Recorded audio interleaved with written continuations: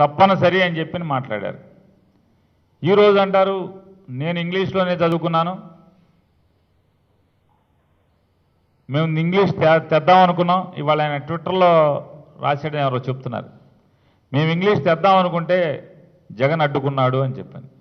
ఆయన మాట్లాడతాడు అంటే వీళ్ళ స్వభావరీత్యా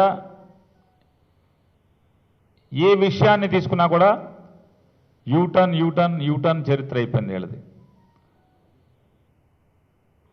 ఇలాంటి యూటర్న్లు తిప్పడంలో చంద్రబాబు నాయుడు గారు బహు నేర్పరి. ఆయన చెప్పేది ఏంటంటే చంద్రబాబు నాయుడు గారు మునిగిందే గంగ. ఆయన మురుక్కాలలో మునిగినా సరే, బురదగుంటలో మునిగినా సరే దాన్ని గంగ కింద మనందరినీ భావించమంటాడు. ఆయన ఏది చెప్తే ఏదైనా ఒక వస్తువు లేదా ఒక విషయం తన చేతితో పట్టుకుంటే అది పుత్తడి, తను వదిలేసి అది ఇంకెవరి చేతిలో ఉన్నా అంటే అది ఎత్తడని చెప్తాడు. మనం నమ్మంటాడు.